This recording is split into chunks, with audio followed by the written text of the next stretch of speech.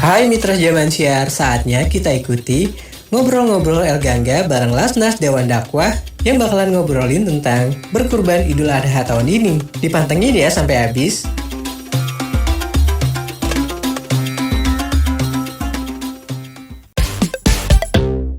Kita ngomongin soal kurban tinggal bentar lagi, tinggal dikit lagi ya Mitra Jamahan Siar, dan sudah hadir di studio Radio El Gangga. Sudah ada Ustadz M. Agus Salim Esos. Selamat pagi, assalamualaikum Pak Ustadz. Waalaikumsalam warahmatullahi. Subhanallah. Ya mungkin suaranya dengan karakter mukanya sama. Oke, mungkin mulai besok Pak Ustadz bisa gantiin Bang Iya, Ustadz. saya gantiin Ustadz bagian Ya, saya. benar. Kalau Ustadz gantiin saya jadi Ustadz besok. Enggak. Kalau jadi Ustadz bisa hancur dunia persilatan nanti ya. Oke.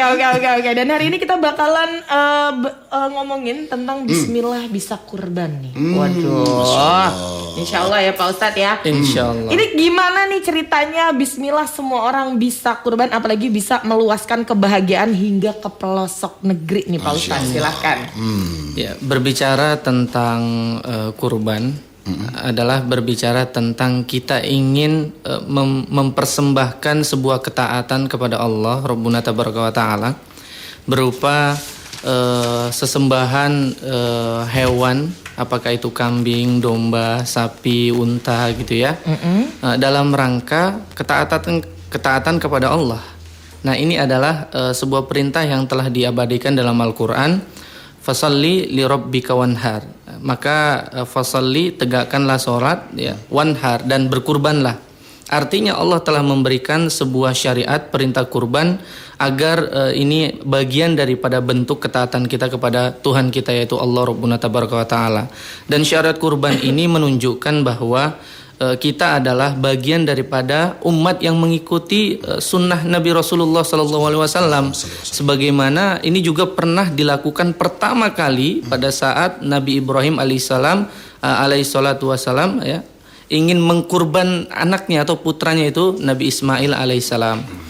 Nah, kalau berbicara tentang di pelosok, kita ketahui bahwa pelosok itu identik dengan sesuatu yang kurang, keterbatasan, tidak memiliki fasilitas yang lengkap, kemudian penuh dengan kekurangan. Nah, ini perlu menjadi perhatian kita bersama.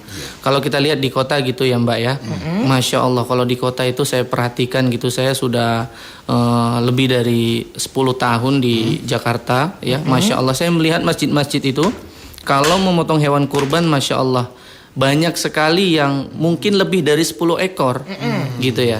Bahkan masyarakat yang sudah menerima itu, Masya Allah, sepekan penuh itu mungkin kulkasnya masih penuh dengan hewan-hewan kurban. Iya, betul. Jadi setelah sepekan mungkin kolesterolnya naik kali ya. Iya, bisa Tapi jadi. kalau di pedalaman, mohon maaf, pengalaman kami ketika berdakwah di pedalaman, Masya Allah, jangankan makan daging itu Mas, makan nasi saja sebulan sekali belum tentu. Maka dari itu Bismillah ya, kita bisa kurban di tahun ini, khususnya dialokasikan di pelosok negeri Indonesia. Begitu. Ya Allah, benar juga. Oke, subhanallah ya. Berarti ini istilahnya Pak Ustadz ini mengajak untuk kita bisa berkorban sampai ke pelosok negeri. Kenapa harus kurban sampai ke pelosok? Iya, saya dulu oleh Dewan Dakwah dikirimkan untuk berdakwah dan pengabdian di pedalaman. Jadi Dewan Dakwah Islamiyah Indonesia itu Mbak, mulai tahun 1968 telah mengirimkan ustadz-ustadz, guru ngaji, da'i-da'i, mu'alim ke pelosok-pelosok Nusantara Indonesia. Nah, da'i-da'i ini dikirim ke pedalaman bukan sebulan 2 bulan, tetapi sampai bertahun-tahun, bahkan sudah siap mewakafkan dirinya untuk selamanya tinggal di sana. Maka tidak sedikit para mu'alim, da'i yang kemudian meninggal di pedalaman. Nah, pengalaman kami ditugaskan di Sulawesi Tengah. Masya Allah, Alhamdulillah sejak tahun 2000 mulai dirintis dakwah di Sulawesi Tengah. Jadi membina suku tertua di sana, namanya suku Tau Ta'awana. Nah, Alhamdulillah suku Tau Ta'awana ini Alhamdulillah 700 orang telah diislamkan. Subhanallah. Alhamdulillah. Atas izin Allah mereka telah diislamkan yang sebelumnya animisme. Mereka berkeyakinan itu menyembah pohon, menyembah batu, menyembah gunung, menyembah matahari. Namun atas izin Allah yang sebelumnya tidak berpakaian, tidak bisa berbahasa Indonesia, tidak mengenal Allah, tidak mengenal Islam. Alhamdulillah atas izin Allah begitu dai sampai mereka semuanya mendapatkan hidayah. Nah, tentu kan ini tugas kita bersama untuk kemudian bisa memperhatikan masyarakat mualaf di pedalaman, dai-dai yang sedang bertugas. Bagaimana mungkin mereka tahu syariat kurban kalau tidak dilaksanakannya kurban? Bagaimana mungkin mereka tahu baca Quran, baca tulis Iqra kalau tidak ada guru dai yang mengajarkan? Nah, inilah pentingnya kita saling bahu-membahu, saling ta'awanu alal birri wa taqwa, saling membantu dalam ketakwaan kepada Allah. Nah, kurban ini adalah bagian daripada ketakwaan kita, bentuk dedikasi kita kepada Allah dengan memberikan sebagian harta kita. Bismillah kita bisa kurban tahun ini. Karena saya memperhatikan gitu ya. Kalau di kota itu beli handphone bukan main mahalnya. Ya, kalau beli sepeda motor bukan main harganya. Kalau beli pakaian branded gitu dan lain sebagainya. Tapi pas waktu kurban gitu seakan-akan amnesia, nggak tahu apa-apa bahwa kurban itu kayak apa ya? Ya emang kurban wajib gitu, emang kurban harus gitu. Padahal lebih harus lagi kurban daripada beli handphone yang harganya berjuta-juta. Kurban paling berapa lah kan, 2 juta berapa? 2.300.000, 2.100.000, Masya Allah.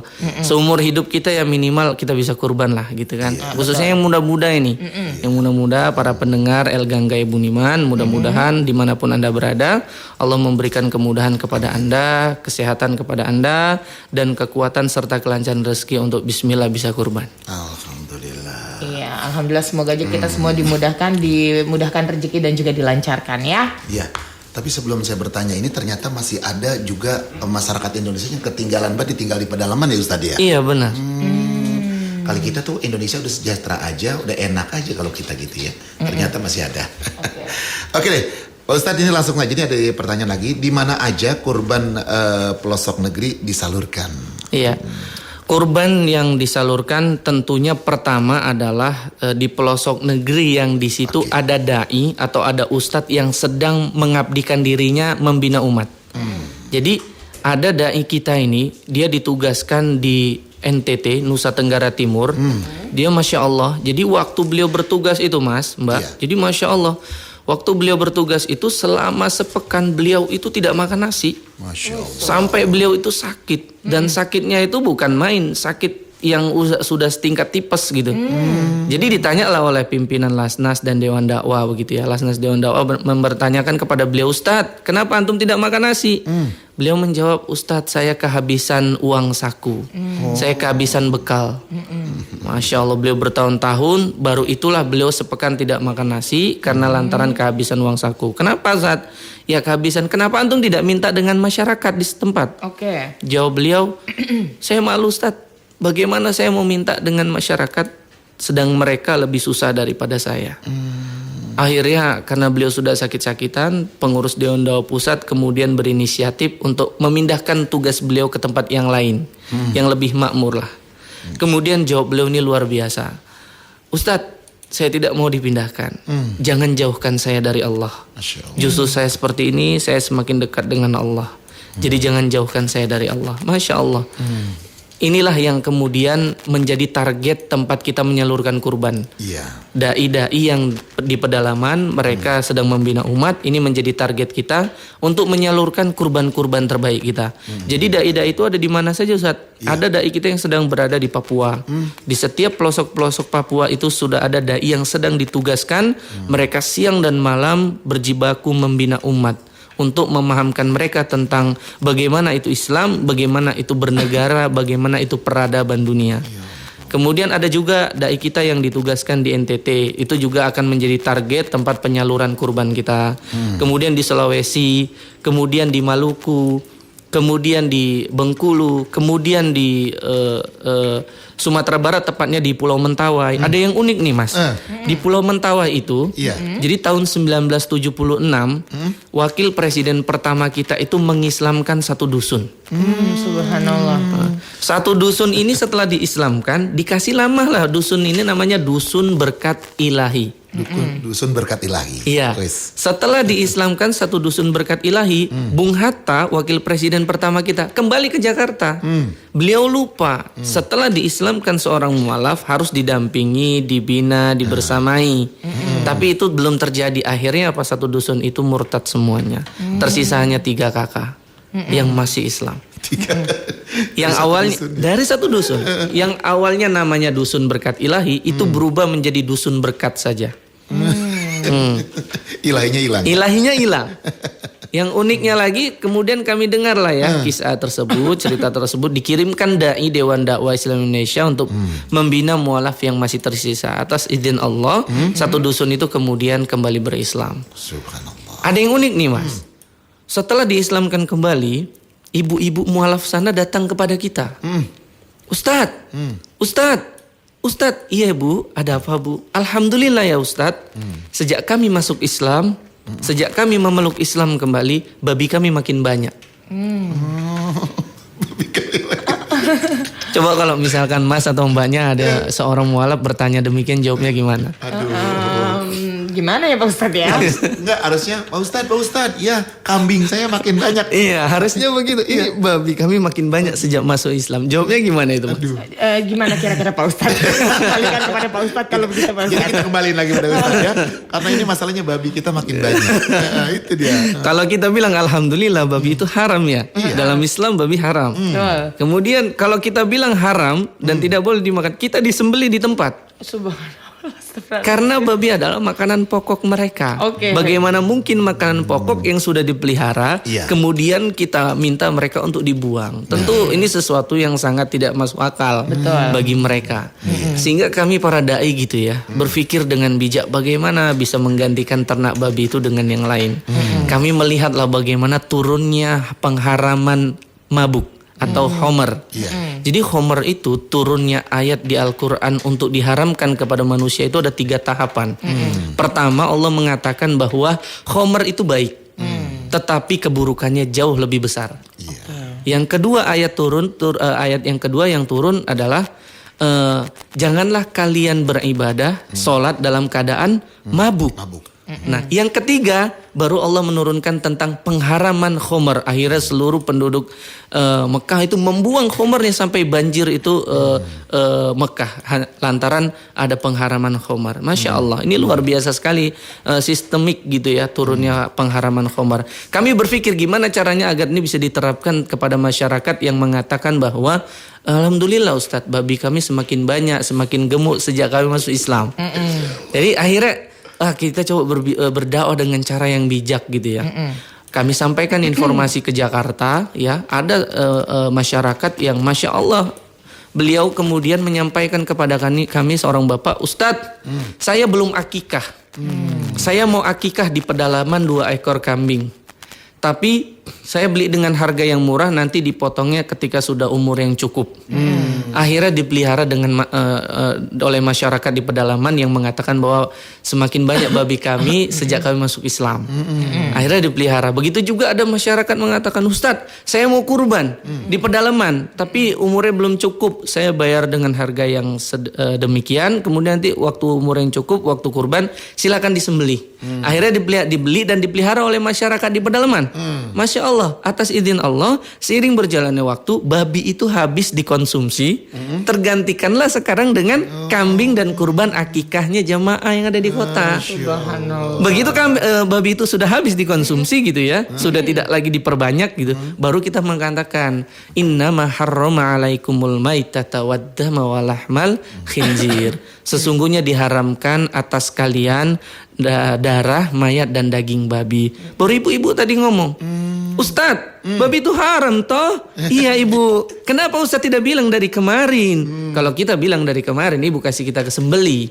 Masya Allah, Islam itu bijak sekali ya Ustadz. Begitulah Rasulullah membawa Islam. Kadang-kadang memang Islam ini tidak ada soal, tidak ada masalah. Hanya saja oknum-oknum yang membawa Islam, jadi dia memperjelek citra Islam. Nah, ini yang penting. Jadi sebagai seorang muslim, seorang muslimah, mari kita patut membawa contoh bahwa orang ketika bersinggungan dengan seorang muslim, seorang yang berislam akan menjadi tentram, tenang gitu. Ya, membawa kedamaian lah kepada siapapun. Ya, itu diantara kisah yang unik yang saya katakan sebelumnya, bahwa kurban di pedalaman itu menjadi salah satu hal yang penting yang harus kita salurkan. Terlepas di kota juga penting, tapi ini perlu juga kita menjadi perhatian. Mungkin selama ini kita udah berkurban gitu ya di kota ya. Ya bismillah, tahun ini kita coba berkurban di pedalaman. Yang kebermanfaatannya juga panjang dan besar insya Allah. Begitu Mas. Ini ada Asep di Cibubur, ini mau tanya nih Pak Ustadz, info dong. Lasnas Dewan Dakwah itu apa ya? Apakah memang berada di bidang kurban? Terus kalau mau ikut kurban caranya seperti apa? Silakan Pak Ustadz. Lasnas Dewan Dakwah adalah sebuah lembaga resmi milik Dewan Dakwah khusus menghimpun lembaga amil yang menghimpun dana zakat, infak, sedekah dan wakaf masyarakat khususnya umat Islam. Jadi lembaga yang sudah diresmikan dan telah terdaftar di Basnas. Jadi di Indonesia itu ada lembaga yang memang sudah diresmikan, di antaranya adalah Lasnas Dewan Dakwah. Adapun Dewan Dakwah itu sendiri adalah sebuah yayasan yang didirikan oleh founding father kita, ya pahlawan kita, ulama kita yang mendirikan NKRI, yaitu Bapak Muhammad Natsir Allahyarham. Beliaulah yang mendirikan Dewan Dakwah dalam rangka fokusnya satu, untuk mengirimkan dai-dai, mengirimkan guru-guru ngaji di pedalaman pelosok-pelosok Nusantara Indonesia. Seperti yang tadi sebelumnya kami sampaikan. Jadi buat Pak Asep, barakallahu fiik, yang ingin berkurban, bagaimana caranya, nanti bisa langsung menghubungi ke Radio El Gangga atau website yang tadi sudah dipaparkan dan akan dipaparkan kembali insya Allah. Oke, ya mitra ya, untuk Pak Asep nanti Ina balas untuk WhatsApp-nya, bisa menghubungi Radio El Gangganya di mana ya, dan juga bisa kunjungi di mana nanti ya. Oke, hatur nuhun untuk Pak Asep yang ada di Cibubur. Oke, Pak Ustadz, kita kembali lagi ke pertanyaan nih. Kan kita kalau ngomongin soal kurban ini kan jauh. Mungkin mitra Jamansyar ada perasaan, aduh nanti kalau jauh gue nggak tahu lagi nih itu kurbannya sapinya seperti apa, kambingnya seperti apa, cara potongnya seperti apa, pembagiannya seperti apa. Nah ini gimana caranya untuk istilahnya mempertebal keyakinan gitu ya, untuk kita ikut dalam kurban di pelosok negeri Pak Ustaz? Bagi orang-orang yang sudah pernah berkurban di Lasnas Dewan Dakwah, pasti mereka sudah pernah dapat pengalaman dan sudah pernah dapat informasi yang sangat maksimal, sehingga beliau tidak lagi bertanya hal yang begini. Adapun tadi yang bertanya bagaimana menambah keyakinan, kemudian bagaimana kita mau tahu kurban kita sudah dipotong, sudah disalurkan, bentuknya seperti apa. Itu pertama, di Lasnas nanti akan ada tim khusus yang menyalurkan kurban tersebut. Kemudian akan disalurkan di tempat pertama dai yang sedang membina masyarakat di pedalaman. Yang memang kayak seperti saya dulu tuh, saya jangankan makan daging kurban, jangankan makan daging, makan nasi saja sebulan sekali belum tentu. Lantaran pertama masyarakat yang sangat fakir, sangat miskin, duafa dan mualaf, dan akses yang Masya Allah jauh sekali. Jadi dokumentasi nanti ketika pemotongan kita akan tuliskan di situ nama pengkurbannya, hewannya juga di situ, berapa bobot hewan tersebut sesuai dengan pilihan, misalkan dia tadi mau yang istimewa, premium, atau malah yang sapi kolektif, atau memang Bismillah Ustadz saya ada rezeki lebih, saya mau 1 ekor sapi, boleh juga. Dan saya request maunya di Papua, boleh. Nanti di Papua di mananya kita akan salurkan sesuai dengan requestan yang pengkurbannya. Jadi semua informasi ataupun semua request itu akan disalurkan sesuai dengan permintaan. Adapun nanti ternyata Ustadz udah Bismillah saya serahkan saja ke Lasnas mau disalurkan di mana yang paling tepat, itu juga bagus juga supaya tidak terjadi penumpukan di satu tempat. Jadi ada pemerataan di antara semua para dai yang sedang bertugas. Insya Allah pahalanya sampai dan insya Allah sama. Kita tidak berangkat ke pedalaman toh, tidak berdakwah ke pedalaman, tidak mengajar, tidak menyampaikan Islam, kemudian bagaimana peradaban, tetapi kita dapat pahala yang sama dengan mereka yang sedang berjuang. Begitu mungkin Mbak Inek.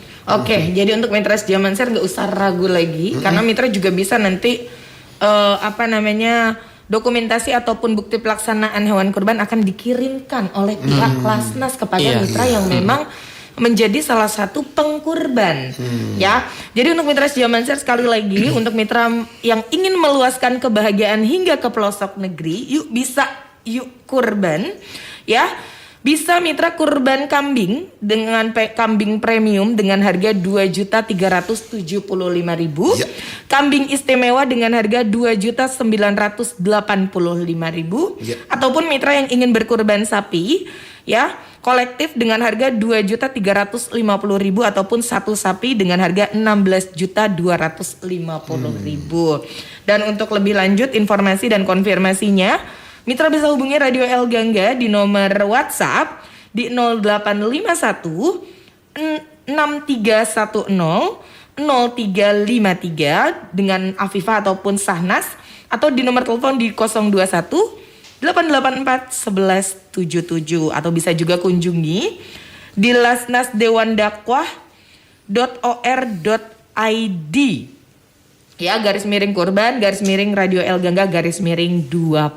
Jadi di sini mitra nggak usah khawatir lagi karena semuanya bisa dipercaya, karena Lasnas sendiri adalah lembaga amil zakat nasional yang memang sudah puluhan tahun ada di Indonesia ya Pak Ustadz ya.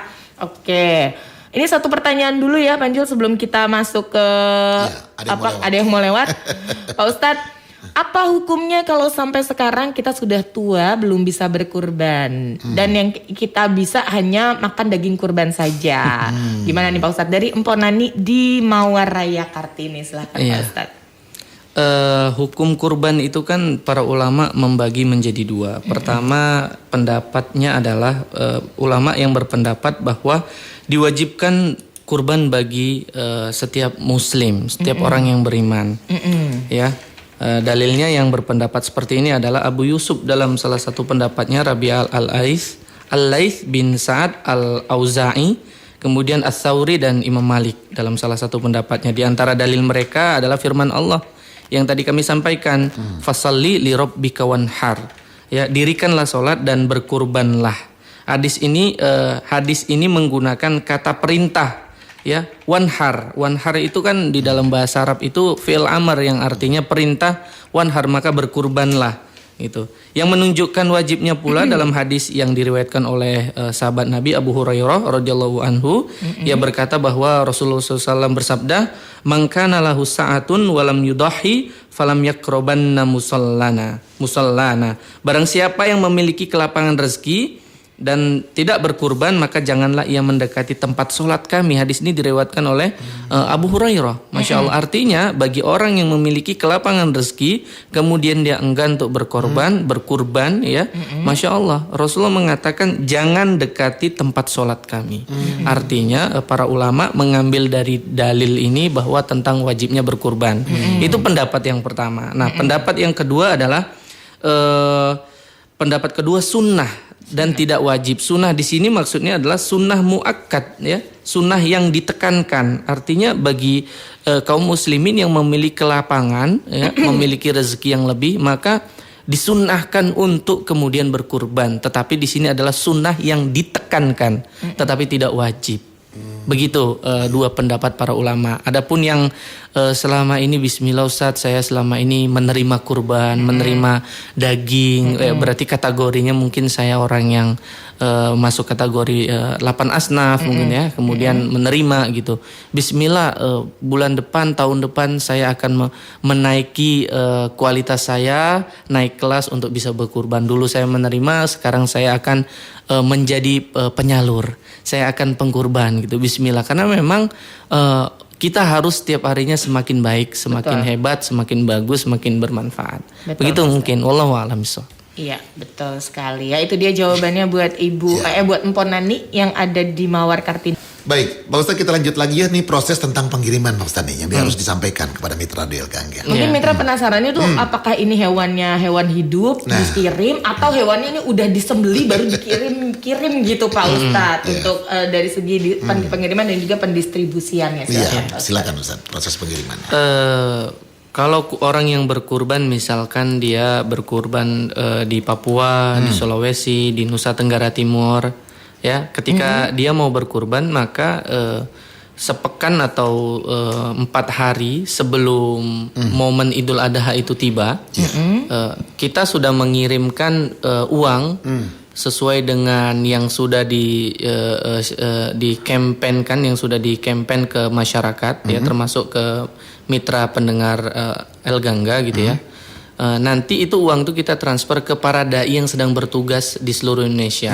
Nah kemudian nanti para dai mencari hewan-hewan kurban penjual yang di sekitar tempat mereka bertugas. Kalau misalkan di Nusa Tenggara Timur itu kalau nyari hewan kurban tuh harus nyebrang pulau, harus membelah lautan dulu hanya untuk dapat 1 ekor, 2 ekor.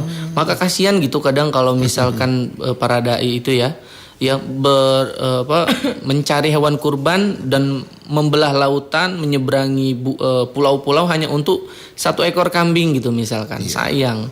Maka bismillah kita kadang ngasihnya itu sampai 3 ekor, 4 ekor karena yang menikmati itu juga satu pulau mualaf semua mereka yang sudah berislam tetapi belum pernah mengadakan kurban gitu ya. Masya Allah begitu sudah menerima hewan kurban dari Lasnas yang diberikan oleh para pengkurban itu nanti akan ditransfer ke para dai. Nah kemudian para dai nanti beli hewan-hewan itu kemudian dikurban pada saat hari hanya. Nanti ketika dikurban itu juga kita minta para dai untuk mendokumentasikan dengan baik supaya yang berkurban juga bisa mengupdate kabar hewan kurbannya sudah disembelih atau belum, sudah dinikmati atau belum, masya Allah. Karena kan itu kewajiban lembaga untuk memberitahukan dan itu haknya orang yang berkurban untuk mendapatkan kabar yang telah dia salurkan. Begitu Mbak Ina. Oke, ya jadi untuk mitra Jaman Siar biar nggak ada keraguan lagi, ya apalagi kan istilahnya kalau misalnya jauh itu pasti ada perasaan khawatir dan lain sebagainya ya Pak Ustadz ya. Jadi mitra nggak usah khawatir lagi karena dari Lasnas sendiri akan mendokumentasikan dan bukti pelaksanaan hewan kurban akan dikirimkan oleh pihak Lasnas ya. Banyak juga sih lembaga-lembaga lain yang bekerja sama dengan Lasnas Dewan Dakwah untuk menyalurkan hewan kurban khusus di pelosok negeri. Karena memang promotor pertama di pedalaman di pelosok-pelosok itu ya Dewan Dakwah. Mengirimkan guru-guru ngaji, ustadz-ustadz, dai-dai untuk membina masyarakat di pedalaman agar tahu itu apa itu Islam, mengetahui peradaban yang sedang berkembang. Karena Masya Allah kita sudah 70 tahun lebih merdeka gitu ya. Ternyata masih ada di pedalaman orang-orang yang belum mengerti apa itu kemerdekaan. Jangankan tadi seperti yang saya sampaikan, jangankan makan daging, makan nasi saja belum tentu. Apa yang dimakan daun, ubi-ubi yang beracun dinetral kemudian kita makan. Masya Allah bahkan ular-ular itu yang kita sembelih. Karena saking tidak ada makanan lain yang kemudian bisa dikonsumsi, maka menjadi penting kita berkurban di pedalaman. Di kota iya, tapi di pedalaman juga harus kita pikirkan. Jangan sampai berat sebelah gitu ya. Oh iya betul. Jadi kita benar-benar membagikannya kepada orang yang sangat-sangat membutuhkan gitu ya, dan Pak tepat Ustadz, ya. sasaran. Betul sekali. Ya itu dia Mitra Jaman Siar. Jadi memang edukasi-edukasi semacam ini untuk memberitahukan kepada kita bahwa yang membutuhkan bukan hanya orang-orang yang berada di sekitar kita saja. Tapi orang yang jauh, ya rezeki yang setelah kita dapatkan bisa kita bagikan juga melalui Lasnas Mitra Jaman Siar ya.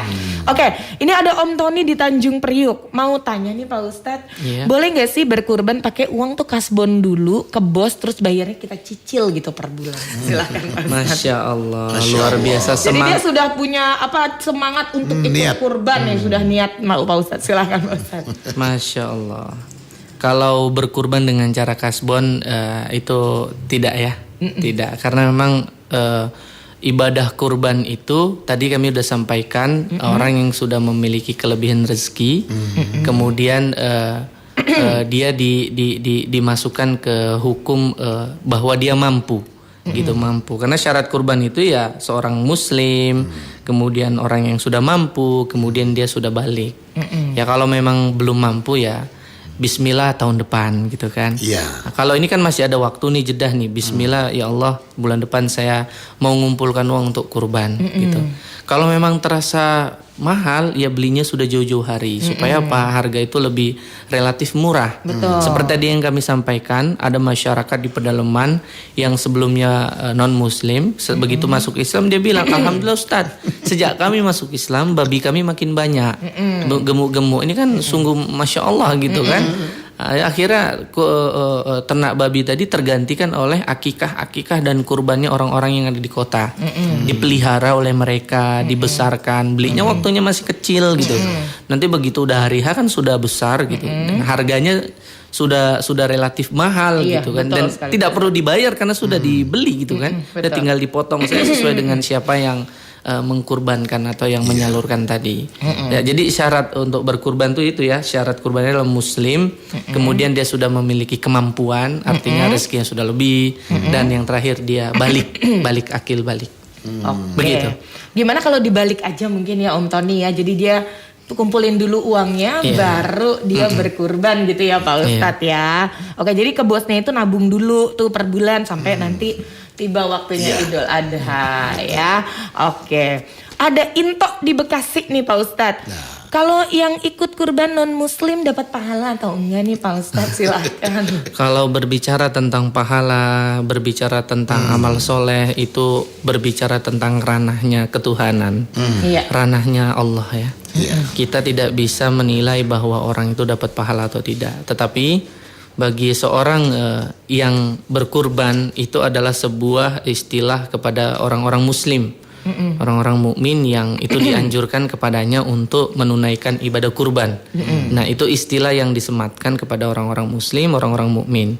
Nah, bagaimana Ustadz orang-orang yang bukan dari Islam kemudian dia ingin menyalurkan hewan kurban? Nah, kita sebagai seorang muslim sah-sah saja menerima hal tersebut. Boleh-boleh saja. Apalagi dia orang yang memiliki kemampuan finansial yang cukup lebih gitu ya. Kemudian melihat kondisi di pelosok-pelosok negeri itu sangat miris, sangat membuat hatinya tersentuh gitu ya. Membuat hatinya itu simpati terhadap masyarakat di pedalaman. Karena itu hidup satu negara dengan kita, mereka masyarakat orang-orang yang satu negeri, ya bismillah saya akan bantu gitu misalkan. Misalkan dia juga ingin membantu hewan supaya dipotong di pedalaman dan dinikmati oleh banyak orang. Boleh, sah-sah saja. Kita sebagai seorang muslim harus menerima hadiah dari saudara kita setanah air yang memberikan hewan untuk dipotong di pedalaman. Tetapi kalau berbicara tentang dapat pahala tidak, ya wallahu a'lam gitu. Wallahu a'lam, hanya Allah yang tahu. Tetapi statusnya tidak sebagai kurban tetapi sebagai hadiah. Iya. Hadiah. Begitu mungkin buat yang bertanya. Oke, itu dia ya Into ya dari Bekasi. Ini juga ada Utami di Bekasi mau tanya dong mengenai Lasnas. Kira-kira apa saja keuntungan yang kita dapat jika kita berkurban melalui Lasnas? Terus apa bisa dijelaskan sasaran daging kurbannya ke siapa saja sih Pak Ustadz? Silahkan Pak Ustadz. Kita tadi sudah menyampaikan bahwa dakwah adalah kewajiban ya. Kalau Mbak Inek gitu, Mbak Inek sebagai seorang muslimah, kemudian Masnya juga sebagai seorang muslim, saya sebagai seorang muslim, maka kewajiban kepada kita melekat akan dakwah. Jadi Mbak Inek itu memiliki kewajiban untuk berdakwah di pedalaman juga. Nah, apa dalilnya Ustadz? Apa buktinya kalau kita wajib? Allah mengatakan dalam Al-Qur'an, "Ud'u ila sabili rabbik." Kata Allah dalam Al-Qur'an, berdakwalah kalian, serulah manusia ke jalan Tuhanmu. Tuhanmu di sini adalah Allah Rabbuna tabaraka wa taala. Ya. Artinya Allah sudah memerintahkan kepada kita wajibnya dakwah, menyampaikan, menyeru orang untuk agar kemudian dia mengenal Allah, mengenal Nabi SAW dan mengenal ajaran Islam. Ya, kemudian sabda Nabi tentang wajibnya dakwah, baligho anni walau ayat, sampaikanlah Islam itu walaupun satu ayat. Tidak mungkin kita tidak hafal surat Al-Fatihah, mustahil. Itu adalah rukun daripada sholat gitu kan. Tidak sah sholat orang kalau dia tidak baca surat Al-Fatihah. Betul Pak Jadi Ustadz. dengan dia hafal surah Al-Fatihah sudah melekat kepadanya wajib tentang dakwah walaupun satu ayat. Nah, berbicara tentang wajibnya dakwah, jadi orang-orang yang di kota yang memiliki kemampuan finansial, memiliki ilmu, maka melekat kewajiban dia berdakwah selama dia seorang muslim, seorang muslimah, seorang mukmin, seorang mukminah. Nah, apa konsekuensi orang yang meninggalkan dakwah Ustaz? Konsekuensinya orang yang meninggalkan dakwah seperti halnya yang diabadikan oleh Allah dalam surat Yunus. Jadi Nabi Yunus itu pernah ditugaskan oleh Allah untuk berdakwah di daerah negeri Nainawah. Negeri Nainawah itu sekarang di daerah wilayah Irak. Nah, di wilayah Irak itu, negeri Nainawah itu, Nabi Yunus berdakwah di sana untuk mengajarkan tauhid, menyembah Allah. Kemudian setelah Nabi Yunus berdakwah di sana, ternyata negeri Nainawah kaumnya tidak menerima untuk menyembah Allah. Apa yang terjadi? Nabi Yunus berkeluh kesah dan menyampaikan kegelisahannya kepada Allah dengan doa-doanya. Akhirnya Allah belum memberikan jawaban itu dari doa-doa Nabi Yunus. Nabi Yunus berijtihad, ya, berijtihad untuk kemudian pindah ke tempat negeri yang lain. Iya. Kemudian ketika menaiki kapal, apa yang terjadi? Nabi Yunus, ya, dilempar oleh pemilik kapal karena keberatan bobot manusianya, dan Nabi Yunus langsung tertelan ikan paus. Ketika tertelan ikan paus, apa yang dilakukan Nabi Yunus? Beliau meminta ampun kepada Allah dengan cara apa?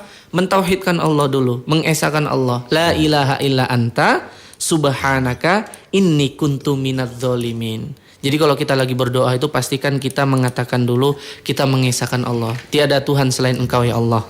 Baru puji Allah, subhanaka, maha suci Engkau ya Allah. Ini kuntu minadz zalimin. Barulah kita akui dosa apa yang kita lakukan. Sesungguhnya aku termasuk orang yang zalim. Akhirnya Nabi Yunus dikeluarkan dari perut ikan paus dan kembali ke negeri Nainawa, tempat beliau menyampaikan dakwah tauhid untuk menyembah Allah. Nah, itu konsekuensi bagi orang yang meninggalkan dakwah, Mbak. Nah, dakwah adalah kewajiban bagi kita. Pertanyaannya, kita sudah tahu, kita sudah mendengar, sudah melihat kondisi dakwah di kota, kondisi dakwah di pedalaman. Di kota sudah banyak para asatid, ustadz-ustadz yang mengajarkan Islam. Di masjid-masjid banyak sekali. Ada ustadz-ustadz lulusan Madinah, Mekah, Mesir, Sudan, Yaman, Masya Allah, Libya, dan lain sebagainya. Mereka mengajarkan di semua masjid-masjid, tapi yang di pedalaman belum ada. Iya. Sedangkan kewajiban ini melekat kepada kita semua. Begitu kan ya? Iya. Nah, akhirnya bismillah Dewan Dakwah fokus di pedalaman, mengirimkan ustadz-ustadz, dai-dai, guru ngaji ke pedalaman. Nah, mereka yang ada di pedalaman sedang berjibaku mendakwakan Islam, ya, membina masyarakat mualaf. Apa yang terjadi? Mereka itu mengalami kesulitan-kesulitan, kekurangan fasilitas seperti yang tadi kami sampaikan. Jangankan makan daging, makan nasi saja sebulan sekali belum tentu. Gitu kan? Nah, pertanyaannya, kalau kita berkurban di pedalaman bermanfaat tidak Ustaz? Sangat bermanfaat. Pertama, kita sudah mendapatkan pahala kurbannya. Yang kedua, kita mendapatkan pahala dakwahnya karena kewajiban dakwah kita sudah ditanggung, sudah dihandle, sudah diwakili oleh para dai, guru ngaji yang dikirimkan oleh dai-dai Dewan Dakwah. Akhirnya kita dapat banyak keutamaan. Ini mohon maaf kalau kita berkurban di kota saja itu sudah banyak sekali, dan pahala dakwah di pedalamannya tidak dapat kita, begitu kan ya? Nah, kalau misalkan di pedalaman, Masya Allah, kita sudah dapat pahala kurbannya, dapat pahala dakwanya, dapat pahala kita memberikan pembinaan terhadap mualaf, fakir miskin yang ada di sana. Jadi buat yang bertanya tadi, mudah-mudahan mbaknya bisa berkurban tahun ini, bismillah ya Allah, dan mendapatkan pahala dakwah dan pahala kurban itu sendiri. Amin ya rabbal alamin. Ini pertanyaan terakhir Pak Ustadz sebelum kita mengakhiri perjumpaan kita di hari ini. Ada Eka Belok mau tanya Pak Ustadz nih, boleh gak sih berkurban tapi belum akikah? Dan apa hukumnya tawar menawar dalam membeli hewan kurban? Silahkan Pak Ustadz. Ya, kalau misalkan kita dihadapkan kurban dulu atau akikah, sedangkan waktu kurban sudah sedikit lagi gitu ya, maka disunahkan untuk berkurban dahulu. Itu yang pertama. Yang kedua, tawar menawar dalam jual beli kurban boleh tidak? Boleh, sah-sah saja. Namanya jual beli, sah-sah saja jual tawar menawar begitu.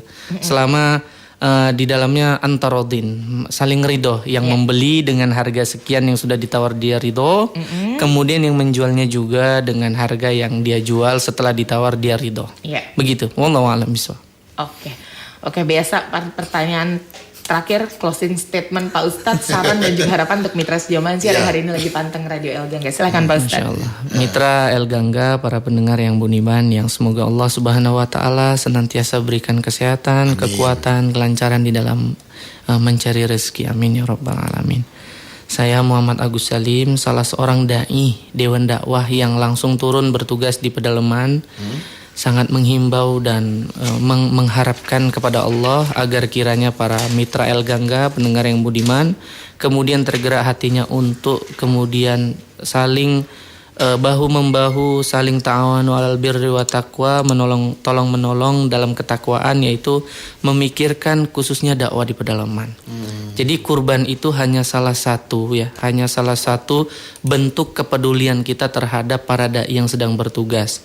Yang kedua, bentuk salah satu hal yang membuat kita sudah bagian daripada orang yang berdakwah di pedalaman, karena mungkin kita memiliki kesibukan sebagai seorang dokter, sebagai seorang supir, sebagai seorang pekerja di kantoran gitu ya. Kita memiliki kesibukan sebagai seorang guru profesional dan lain sebagainya, ya. Kemudian membuat kita tidak memiliki waktu untuk berdakwah, khususnya kewajiban dakwah yang ada di pedalaman. Maka sudah pasti kini masih melekat kepada kita selama kita tidak pernah memikirkannya. Ya, salah satu solusi yang diberikan adalah yang kemudian kita tidak berangkat ke pedalaman, tetapi kita mendapatkan pahala sama seperti orang yang berdakwah di pedalaman. Kata Rasulullah, "Man jahaza ghazian fi sabilillahi faqad goza." Barang siapa yang membantu perbekalan untuk orang-orang yang berjuang di pedalaman, untuk berjuang di jalan Allah, apakah dia berjihad, kemudian berdakwah, ya, dia mendapatkan pahala yang sama walaupun fisiknya tidak sampai di medan perjuangan. Artinya para pendengar yang budiman, Mitra El Gangga, ya, kita semua tidak berangkat ke pedalaman, tetapi kita minimal berkurban di pedalaman.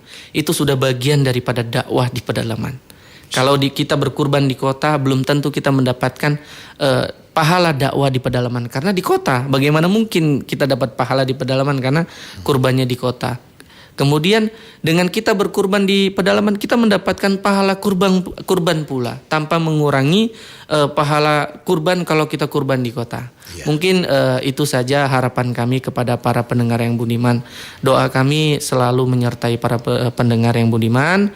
Semoga Allah Subhanahu wa taala membalas kebaikan para pengkurban dan menggantinya dengan yang lebih baik. Amin. Akhirul kalam, subhanakallahumma bihamdika, asyhadu an la ilaha illa anta astaghfiruka wa atubu ilaik. Assalamualaikum warahmatullahi wabarakatuh. Waalaikumsalam warahmatullahi wabarakatuh. Dan untuk Mitra Jaman Siar juga hatur nuhun. Akhir kata, wassalamualaikum warahmatullahi wabarakatuh. Nah, Mitra Jaman Siar, seru kan ngobrol-ngobrolnya bareng Radio El Gangga dan juga Lasnas Dewan Dakwah. Semoga bermanfaat ya, dan semoga kita bisa kurban ya tahun ini. Terima kasih ya udah pantengin, dan sampai jumpa dalam talk show berikutnya. Jangan lupa di like video ini, komen, share, dan subscribe.